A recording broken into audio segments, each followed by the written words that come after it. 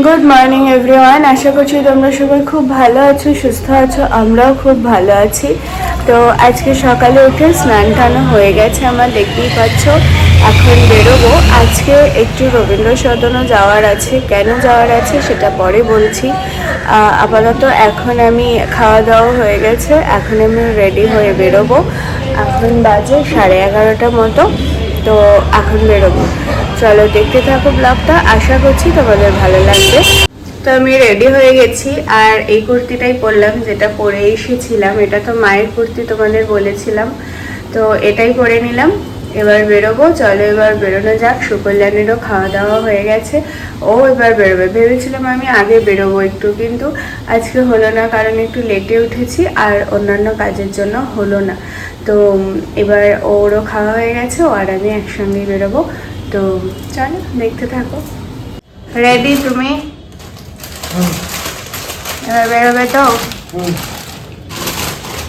চলো।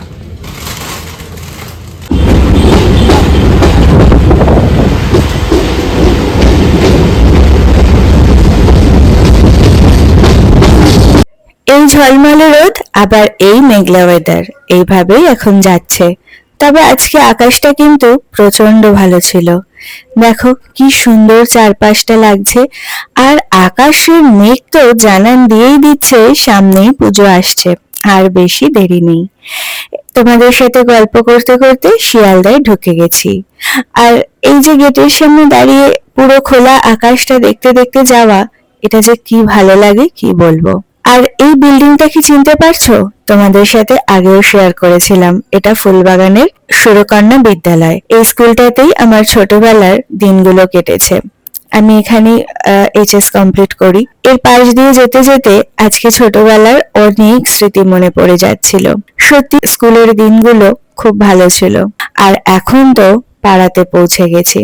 এই যে পাশের মাঠটা দেখতে পাচ্ছ, আর কিছুদিন পরেই এখানে মেলা শুরু হবে, তখনও তোমাদের সাথে শেয়ার করব। আর এই গলিটা দিয়ে ঘুরে এই দেখো এখন একদমই বাড়ির সামনে। তো চলো এবার বাড়ি ঢুকে একটু ফ্রেশ হয়ে নেওয়া যাক।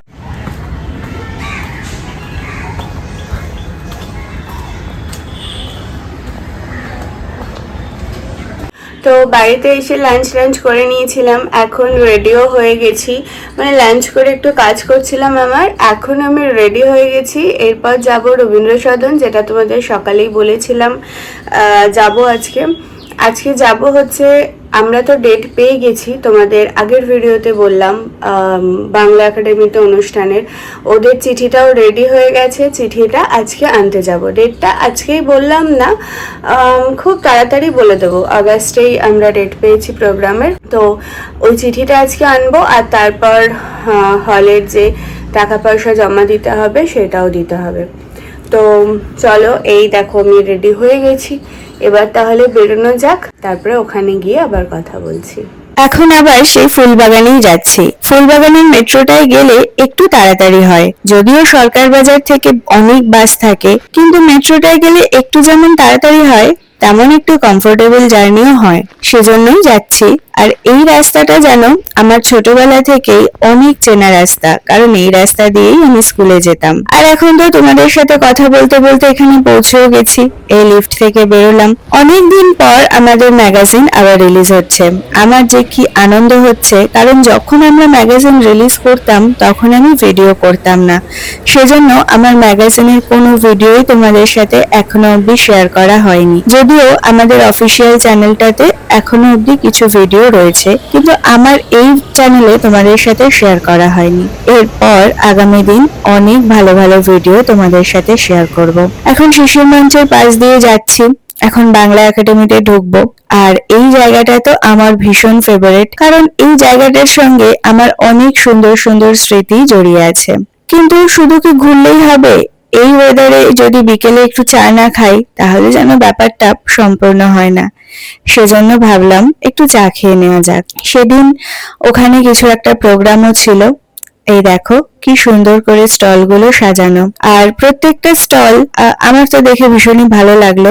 আমি যদিও কালেকশন গুলো খুব মন দিয়ে দেখতে পারিনি, কারণ একটু তাড়ায় ছিলাম। আর এখন আমাদের কাজ হয়ে গেছে, এবার আমি বেরোবো, বাড়ি যেতে হবে। আর সন্ধ্যায় রবীন্দ্র সদনের ছবিটা দেখো, নন্দন আর রবীন্দ্র সদন এই দুটোই যেন কলকাতার একটা প্রাণ, তাই না? এই দুটোর সাথে কলকাতার একটা আত্মিক সম্পর্ক আছে বলেই আমার মনে হয়। আচ্ছা, তোমরাও কি আমার সাথে একমত? তাহলে প্লিজ আমাকে জানিও। আর এই চত্বরে না আমার সবচেয়ে বেশি ভালো লাগে এই চাটা খেতেই। আর কাজের মধ্যে থাকলে একটু চা না হলে আমার ঠিক ভালো লাগে না, কাজের এনার্জি পাই না। আর পশ্চিমবঙ্গ বাংলা একাডেমির সামনে দাঁড়িয়ে এই চাটা খেয়ে আপাতত এবার বাড়ি যাব। তো চলো এবার বাড়ি ফেরা যাক। আর এখন তো বাড়িও এসে গেছি, ওদিকে সুকল্যাণেরও প্রায় হয়ে গেছে। ও আমাকে ফোন করেছিল, সেজন্য আমাকে আর কিছুক্ষণের মধ্যেই বেরিয়ে যেতে হবে। আজকে আমাদের অনেক বড় একটা কাজ মিটলো, জানো তো। কারণ আজকে যদি আমি শুধু চিঠিটা নিয়ে এসে টাকাটা আবার আরেক দিনের জন্য ফেলে রাখতাম জমা না দিয়ে, তাহলে আবার আরেকটা দিন আমাকে এটার জন্য রাখতে হতো। আজকে পুরো টাকা জমা দিয়ে এমনকি কাস্টম মানিও দিয়ে এসেছি, যার জন্য অনেক বড় কাজ মিটে গেছে। আমি না তোমাদের সাথে এর পরের কোনো একটা ভিডিওতে শেয়ার করব হঠাৎ আমরা কেন এই লিটল ম্যাগাজিনটা শুরু করলাম, কিভাবে আন্তর্জাতিক কবিমুখের জন্ম হলো, আর এর পথ চলাটাই বা কেমন ছিল। 2018 সালে আমাদের ম্যাগাজিনটার প্রথম আত্মপ্রকাশ ঘটে।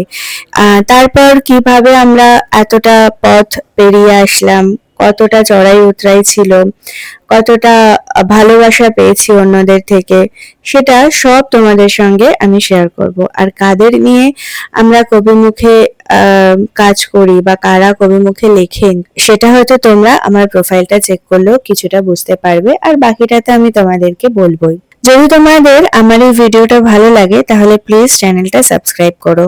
আগামী দিনে তোমাদের জন্য অনেক ভালো ভিডিও আসছে, এইটুকু কথা দিতেই পারি। সময়ের অভাবে এতদিনে হয়তো ডেইলি বড় ভিডিও আমি শেয়ার করতে পারিনি, কিন্তু আগামী দিনে সেটা হবে, এইটুকু বলতে পারি। তো চলো আজকের ভিডিও এখানেই শেষ করছি। খুব ভালো থেকো, সুস্থ থেকো সবাই। ভিডিওটা ভালো লাগলে শেয়ার করো, লাইক করো। আজ তাহলে আসি, চলো বাই।